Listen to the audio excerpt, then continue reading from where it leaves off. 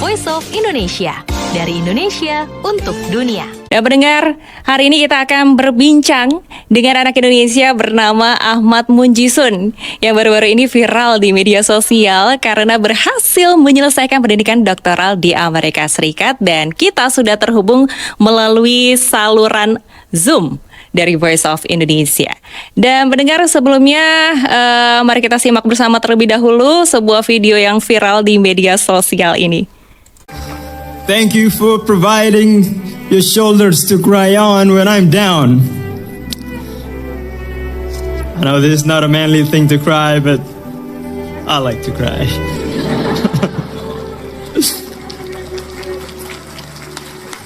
Thank you. And lastly, to the best motivator and inspirator of mine in my life, who are always there, no matter who I am, no matter how bad I am. But they are not here physically. They are there in Indonesia watching me. My mom and dad, and all my siblings, my family. Thank you so much. Thank you so much for lifting me up and bringing me this way and making me the way I am today. Without you, I wouldn't be here today. Sudah ada di line telepon kami ya, di line Zoom kami, yaitu Kak Jisun, sapaan akrabnya. Halo Kak Jisun. Halo Mbak Enggar. Selamat siang waktu Indonesia Barat. Selamat siang. Baik, posisi masih di Amerika Serikat, Mas? Ya Mbak, masih di sini, di Lexington, Kentucky.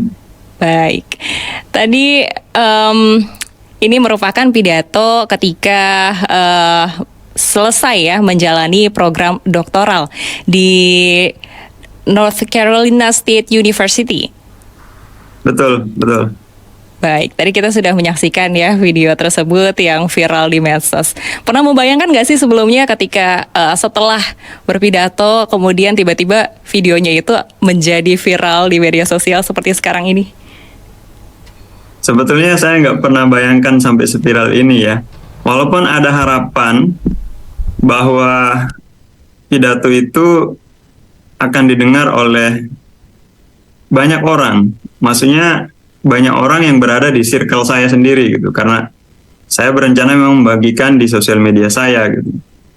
Dan ternyata it's gone viral seluruh Indonesia gitu. Jadi it's really a huge honor for me gitu. Satu kehormatan buat saya gitu, karena saya juga melihat komentar-komentar yang positif, bagus sekali, dan alhamdulillah saya bersyukur sekali karena komentar-komentar itu menunjukkan bahwa teman-teman dan adik-adik di Indonesia juga merasa terinspirasi. Dan itulah sebetulnya yang juga menjadi tujuan saya menyampaikan di awal bahwa saya bukan orang yang berasal dari keluarga privilege, saya bukan dari keluarga yang benar-benar kaya, yang kemudian outstanding, yang kemudian berbeda dengan keluarga yang lain. Saya adalah orang biasa, saya dari desa, dan alhamdulillah pada titik itu saya bisa mengenyang pendidikan tinggi dan sampai mendapatkan gelar doktor di kampus luar negeri, terutama di Amerika. Baik, di program doktoral ini mengambil jurusan ilmu sains hewan ya? Betul. Baik, kenapa memilih itu, Mas? It dates back to my childhood life. Jadi saya dibesarkan di sebuah keluarga yang mempunyai hewan ternak. Itu ada sapi, ada kuda. Jadi kehidupan saya sudah dipenuhi dengan merawat kuda, merawat sapi, dan tentunya itu secara tidak langsung menjadi bagian dari hidup saya. Walaupun pada saat ingin kuliah, saya ingin masuk ke jurusan ilmu matematika, pendidikan matematika. Dan ilmu peternakan pada saat itu adalah alternatif buat saya. Tapi karena suatu dan lain hal, saya tidak diterima di jurusan ilmu matematika. Saya diterima jalur khusus di peternakan Unram, Universitas Mataram, yang akhirnya kemudian bertemu dengan para profesor dan melihat peluang kedepannya di peternakan Unram. Saya memutuskan untuk diam dan melanjutkan di situ. Oke, dan memang kalau dilihat dari jenjang pendidikan S1 yang memang udah di ilmu sains hewan begitu ya, S2-nya kemudian melanjutkan ke perawatan hewan, dan S3-nya juga sekarang juga sama nih, udah terkerucut sekali ya. Dan dari jurusan yang diambil ini, apakah ini nanti ke depannya bisa membuat membuat Kak Jisun ini bisa mengaplikasikannya kembali di kehidupan Jisun sendiri di Lombok nanti? Iya, sebetulnya salah satu impian saya yang mudah-mudahan bisa terwujud adalah mendirikan sebuah pusat riset untuk kuda, karena fokus studi saya memang waktu S2 juga equine science, waktu S3 juga equine science, yaitu sains tentang kuda. Saya memang ingin berkontribusi untuk equine welfare, kesejahteraan kuda terutama, tidak cuma di Indonesia tapi juga di dunia, insya Allah. Dan mudah-mudahan dengan mendirikan pusat riset kuda, sebelumnya barangkali saya akan mencoba untuk mengedukasi masyarakat bagaimana kemudian merawat kuda dengan baik. Dan kita juga punya tradisi di NTB, itu tradisi pacuan kuda, yang barangkali saya juga bisa memberikan andil di situ. Mudah-mudahan saya juga bisa berkontribusi supaya lapangan pacuan atau fasilitas untuk pacuan juga semakin baik, kemudian masyarakat juga lebih teredukasi tentang bagaimana tentang safety untuk para joki, safety untuk untuk kuda, dan bagaimana kemudian memelihara kuda dengan lebih baik. Oke, dan di video yang viral tadi juga nih yang sempat kita perdengarkan kembali ya. Tadi kan juga disebutkan kalau semasa kecilnya nih Jisun itu dekat gitu ya dengan kuda. Iya, Mbak. Ya. Oke, ada yang jadi sejak kecil sudah ngerawat kuda, jadi tidak cuma kasih makan, tapi kita juga mandiin, groom, kita bawa ke bendungan, kita renang bareng kuda, kemudian kita latih untuk pacuan, nunggang sama saudara-saudara saya gitu. I think it was such a fun thing gitu. Saya bersyukur menjadi bagian dari keluarga itu dan mempunyai masa kecil yang bagi saya sangat indah. Apa sih yang menarik dari Jisun sendiri nih untuk apalagi dari pengalamannya gitu ya, dari kecil yang sudah dekat gitu dengan kuda sampai akhirnya memilih jurusan dan jenjang pendidikannya pun juga menjurus sekali ke situ? Barangkali yang saya rasa spesial tentang diri saya adalah ketika saya sudah terjun di satu pekerjaan, maka I would like to give all of me gitu, untuk melakukan dengan sebaik-baiknya regardless, dan saya harus menjadi role model. Kalau misalnya di rumah, saya harus menjadi role model buat saudara-saudara saya, bahwa saya lah yang akan menjadi orang yang in charge gitu. Saya yang punya responsibility untuk even running the business, kalau itu bisnis misalnya. Saya yang punya tanggung jawab untuk memastikan bahwa kuda-kudanya sehat, memastikan bahwa adik-adik saya juga aman dalam menghandle kuda, kemudian dan seterusnya. Jadi kerja cerdas dan ikhlas barangkali adalah kata untuk mewakilinya gitu. Total berapa saudara, Jisun? Saya sebetulnya 22 bersaudara. Wow, luar biasa ya. Dan Jisun anak pertama, anak tunggal. sulung? Iya, sebetulnya kalau dari ibu saya sendiri, saya anak pertama, tapi kalau dari keseluruhan keempat ibu itu nomor 4. Ya, cuma karena kita tinggal satu rumah, jadi kita lahir di tempat yang sama, kita uh, kita tumbuh di tempat yang sama, kita melakukan hal yang sama bareng. Jadi regardless kita dari ibu yang mana itu, kita merasa dekat dengan satu sama yang lain gitu.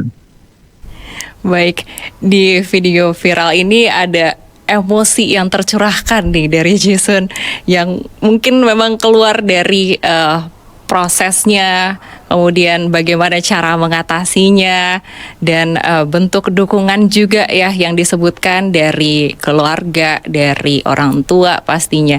Ini apa yang membuat kamu begitu emosional saat itu? Memang proses seperti apa sih yang kamu jalani selama kuliah mengambil program doktoral ini? Betul.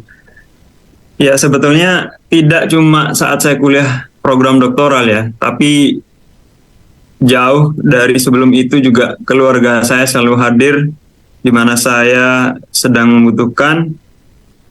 Mereka selalu percaya bahwa saya bisa. Bahkan ketika saya tidak percaya pada diri sendiri, mereka justru lebih percaya dengan saya gitu. Kadang-kadang saat saya down, saya dengar dari orang lain gitu, bahwa orang tua saya sedang cerita tentang saya, cerita tentang kebaikan saya. Yang saya sebenarnya nggak expect orang tua saya untuk menebar cerita tentang saya sendiri gitu. Tapi melihat begitu proudnya orang tua saya tentang saya, jadi itu merupakan sebuah dorongan gitu buat saya untuk sukses dan terus maju. Tidak hanya itu, di kala saya merasa kesepian, di kala saya merasa jauh dari rumah, kadang-kadang saya tidak mesti menelpon duluan, saya ditelepon duluan oleh orang tua dan ditanya apa kabar, apa yang kamu pikirkan gitu. Ternyata mereka juga merasa gitu. Dan hal-hal seperti itu means a lot buat saya gitu. Satu saat waktu itu masih sedang kuliah sarjana, saya dengar cerita bahwa ada orang yang menelpon, yang barangkali itu adalah penipu, yang mengaku bahwa mereka adalah polisi, dan ada suara anak waktu itu sedang terdengar seperti dia sedang disiksa. Katanya, ini anak adalah anakmu, dia ketangkep mengedar narkoba. Ya, akhirnya oleh orang tua saya, oleh ayah saya kemudian digertak. Gak mungkin anak saya melakukan itu. Anak saya itu anak yang soleh, anak saya itu anak yang baik. Saya tahu, saya kenal anak saya, gak mungkin bakal seperti ini. Tapi kalaupun anak saya yang kau sentuh, dan kalaupun kalian benar dari Polda Mataram, besok pagi kalian akan siap-siap kalian dapatkan kantormu rata dengan tanah gitu. Saking ininya. Maksudnya mendengar cerita itu, saya merasa bahwa dengan kepercayaan orang tua saya pada saya bahwa saya adalah anak yang baik, itu benar-benar tidak cuma motivasi, tapi juga tamparan buat saya yang barangkali saya tidak sebaik itu gitu. Yang akhirnya kemudian saya terus mencoba untuk jadi lebih baik dan lebih baik gitu. Baik, kalau dilihat dari jenjang pendidikan di S1 dari 2009 sampai 2014. Kemudian di S2-nya di Queensland University, Australia, ini 2016 sampai 2017 ya? Betul. Baik. University of Queensland ya. Betul. Di North Carolina State University-nya ini berapa lama total proses pembelajaran di sana? Saya mulai dari Agustus 2019 dan sebetulnya lulus kemarin Januari 2023. Wisudanya yang Mei tanggal 6 gitu. Jadi lulusnya kemarin awal Januari. Sebetulnya 3,5 tahun.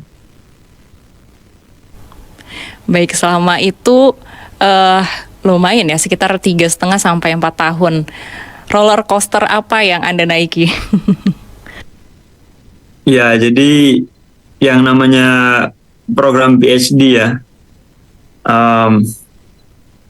kita harus melalui perkuliahan sama riset gitu, yang biasanya sering menjadi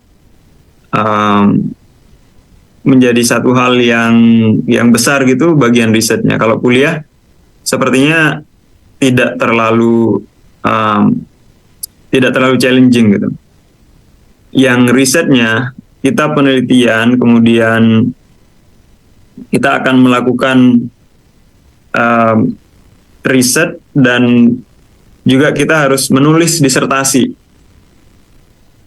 Nah, saya orangnya memang kekurangannya adalah kadang-kadang saya tidak bisa keep up dengan waktu. Jadi kadang saya sering melakukan banyak hal in a short period of time.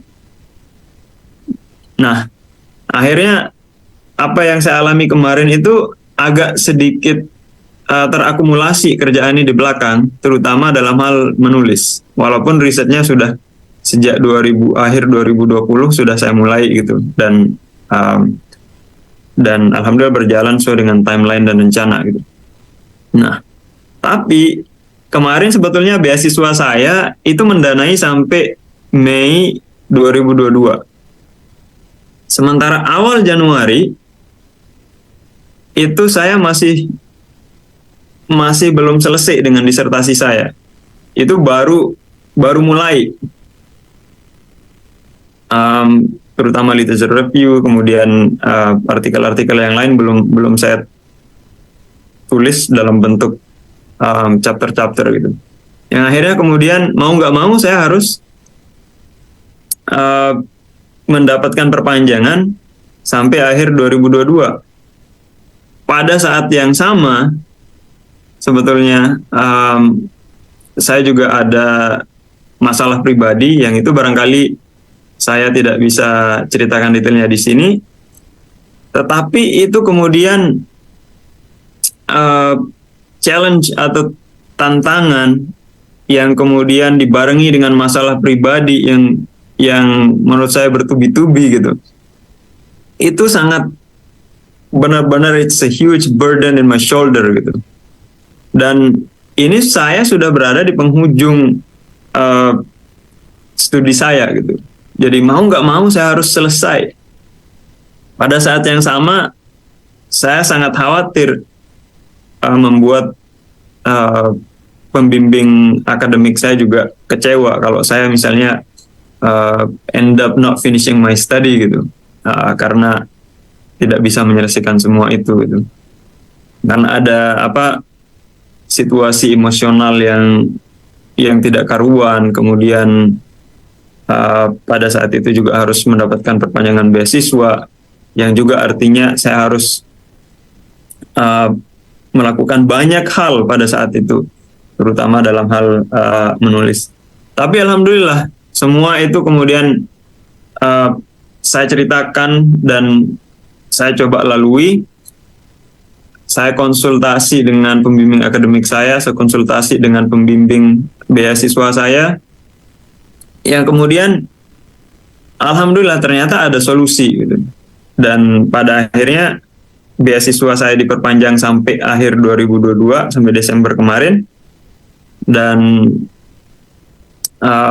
saya juga punya target untuk mengikuti satu conference di Swedia waktu itu di kota Uppsala. Dan alhamdulillah beasiswa diperpanjang, conference juga dapat funding untuk riset di Indonesia dari salah satu lembaga, kalau nggak salah American Indonesian Education and Cultural Foundation, ICIP. Selain diri Jadi sendiri, saya bersyukur. Ya.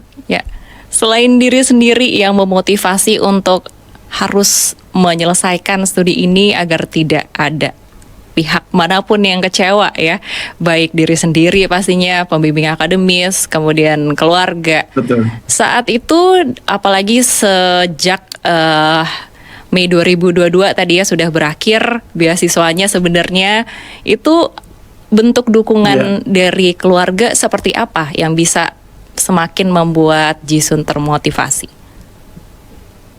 Ya, tentunya saya terbuka pada keluarga saya ceritakan kondisi saya, dan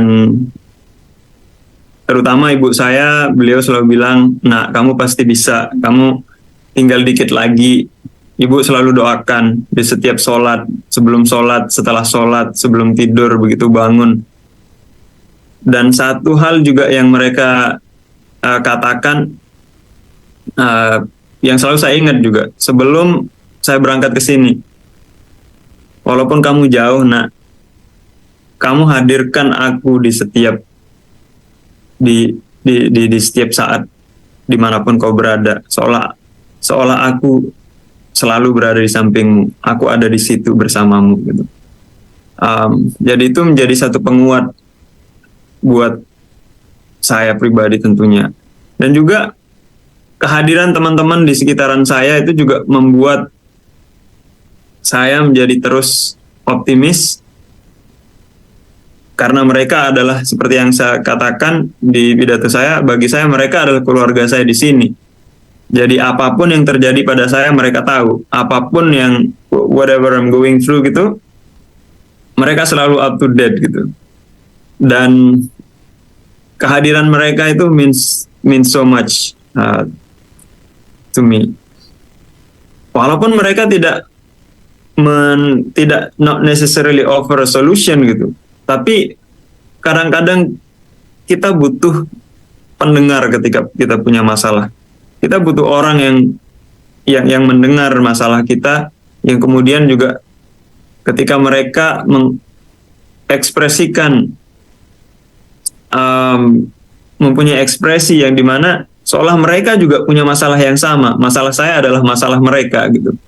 Kepedulian yang mereka perlihatkan itulah yang kemudian membuat saya emosional waktu pidato wisuda tersebut gitu. Dan kalau saya flashback, melihat dokumentasi, ternyata kebersamaan itu ya tentunya tidak cuma ketika saya punya masalah, tetapi juga we share a lot of good things, we share a lot of laughter, a lot of giggles gitu. Jadi ternyata itu sangat mewarnai perjalanan saya di sini waktu studi gitu. Dan buat saya perjalanan studi ini tidak cuma dalam rangka mendapatkan ijazah dan ilmu, tapi juga koneksi, persahabatan, pertemanan, persaudaraan, dan seterusnya.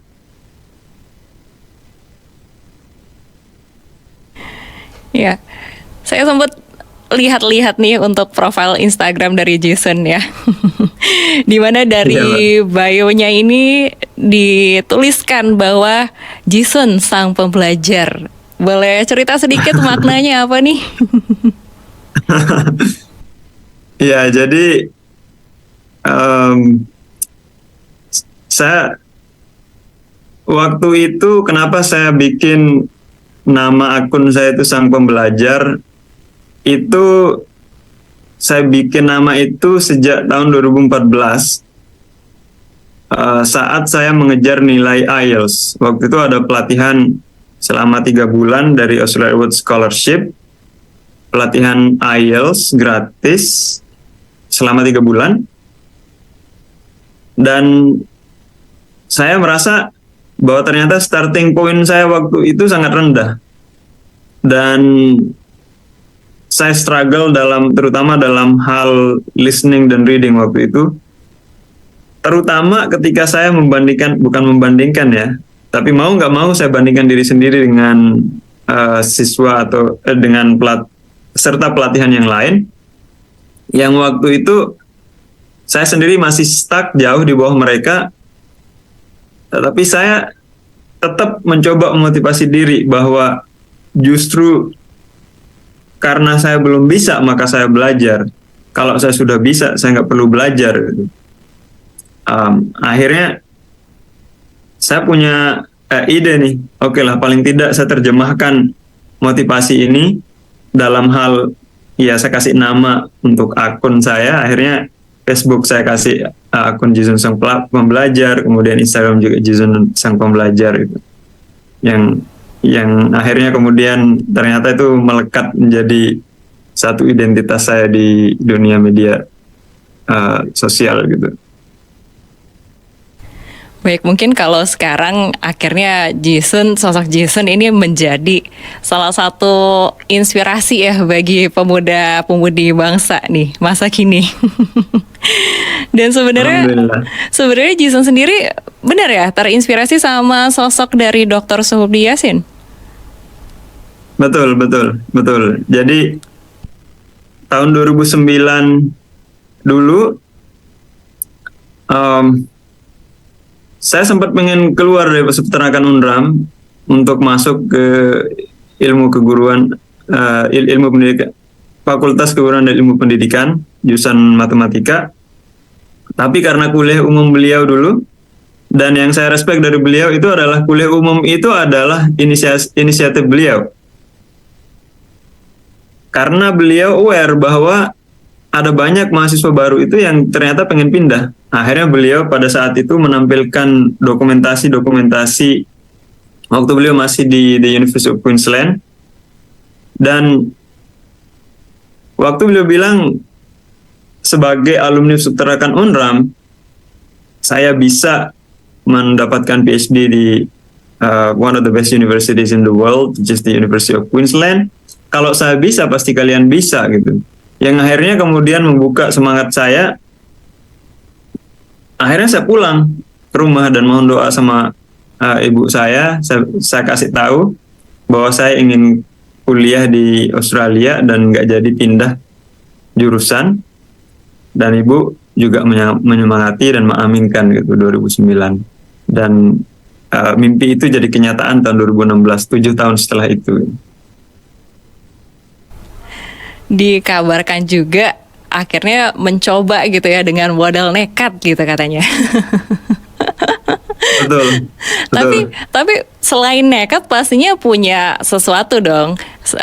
Di mana-mana kalau orang berperang pasti bawa senjata begitu ya. Nah, ini salah satunya adalah membuat karya tulis nih. Walaupun mungkin ketika pas program doktoral kemarin sempat ada kendala 1-2 hal, tapi juga tetap akhirnya menyelesaikan studi begitu.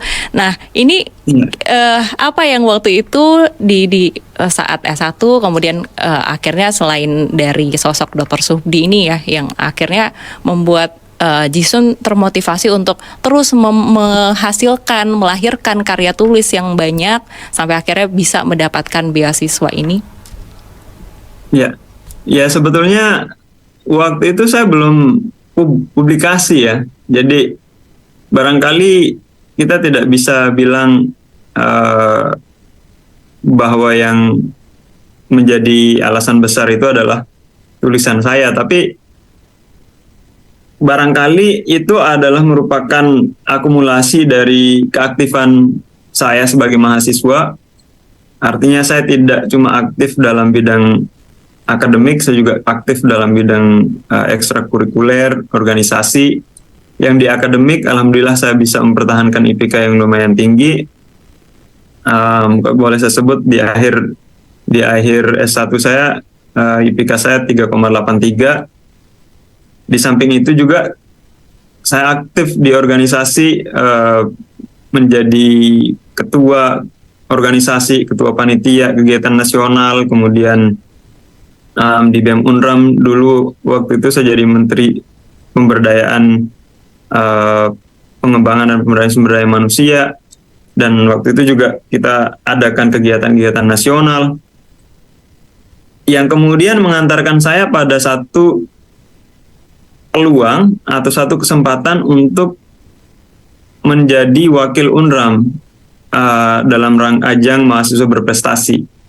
Jadi ada istilah seleksi mahasiswa berprestasi, itu dikompetisikan baik di tingkat fakultas maupun di tingkat universitas. Nah, dari Fakultas Peternakan Unram yang diutus waktu itu adalah saya, dan alhamdulillah di tingkat universitas saya menang tahun 2012. Jadi saya mendapatkan predikat Mawapres Unram 2012.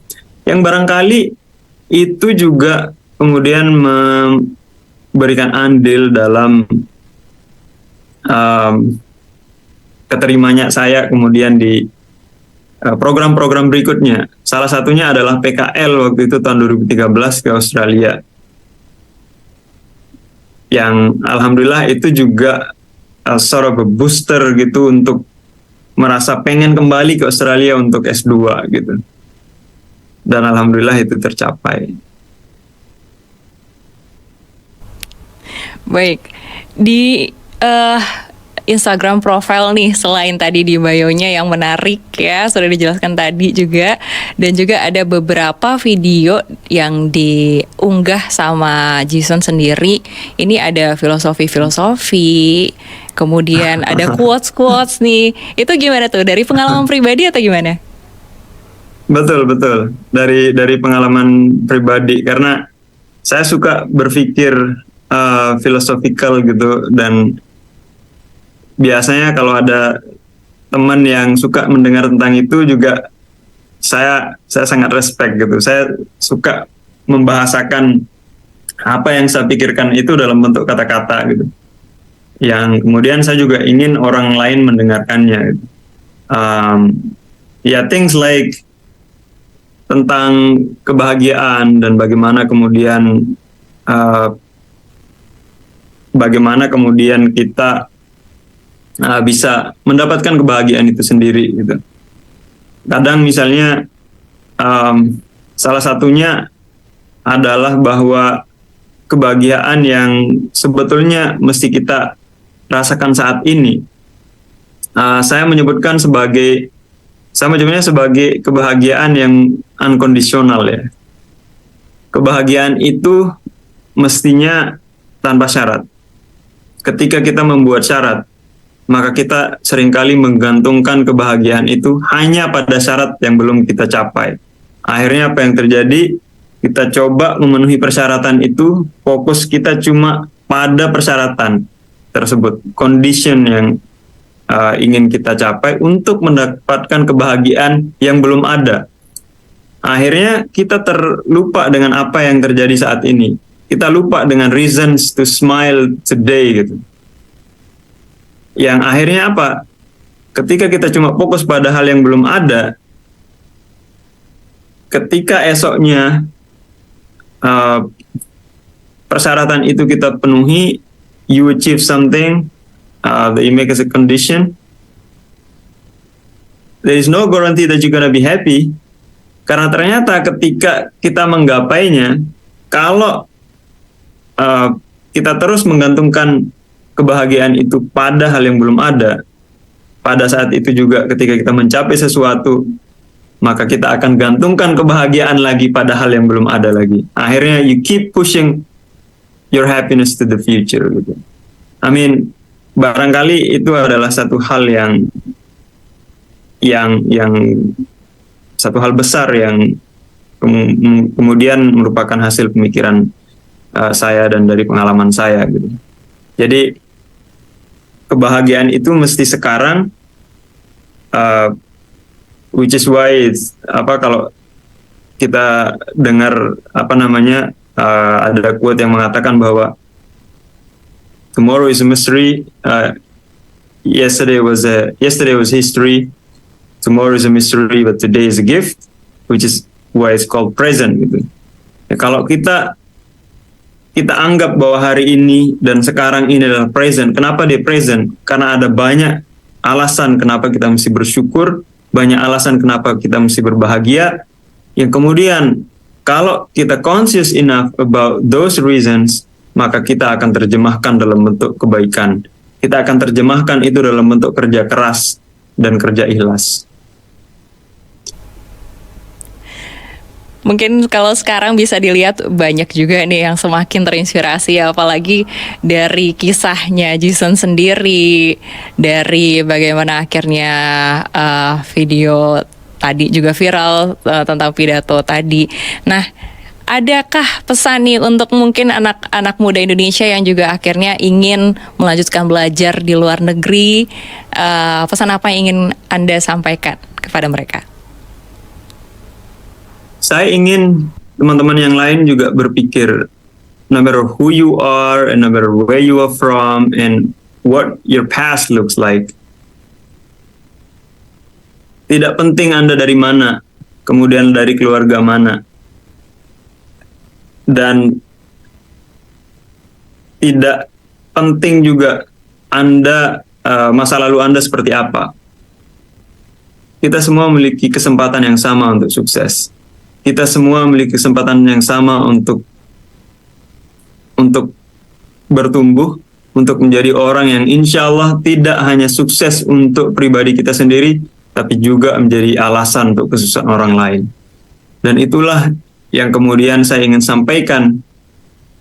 Dan syukur alhamdulillah itu juga sudah terwakili di video saya, bahwa anak yang berasal dari desa seperti saya juga bisa mendapatkan kesempatan untuk kuliah di luar negeri, ke Australia dan ke Amerika.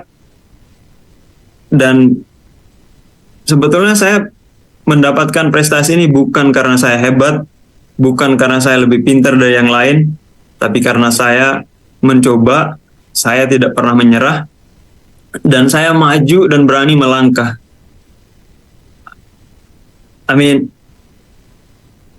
I just want to challenge the odds gitu, no matter what other people say. Terlepas dari apa yang orang katakan, apa yang orang pikirkan,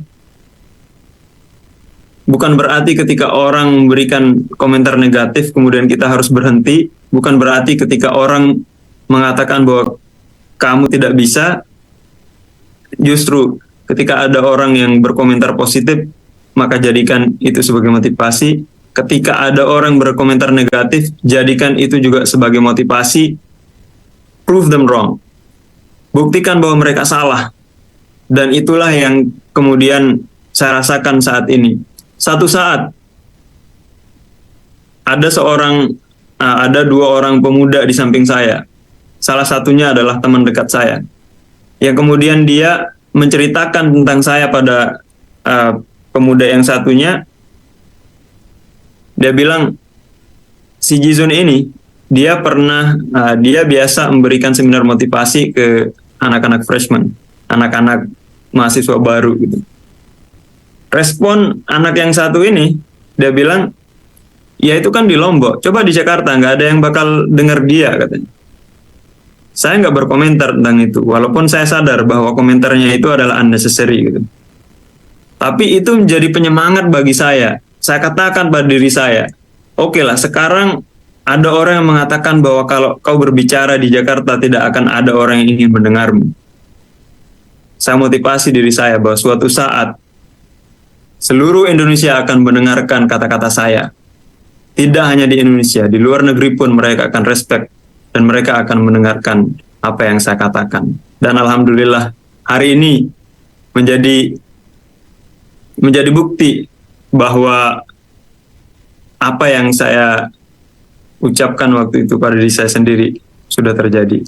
Dan if I can, certainly all of you guys can, even if you want to be even much better than just Ahmad Munjizun gitu. Baik, luar biasa. Kak Jason, terima kasih atas waktunya yang sudah diluangkan dan berbincang bersama dengan Voice of Indonesia pada hari ini. Terima kasih Mbak Enggar. Ya. Satu kehormatan buat saya mendapat panggung di RRI Voice of Indonesia. Baik, selamat kembali melanjutkan aktivitas dan sukses selalu. Amin, amin. Makasih banyak. Baik. Voice of Indonesia, dari Indonesia untuk dunia.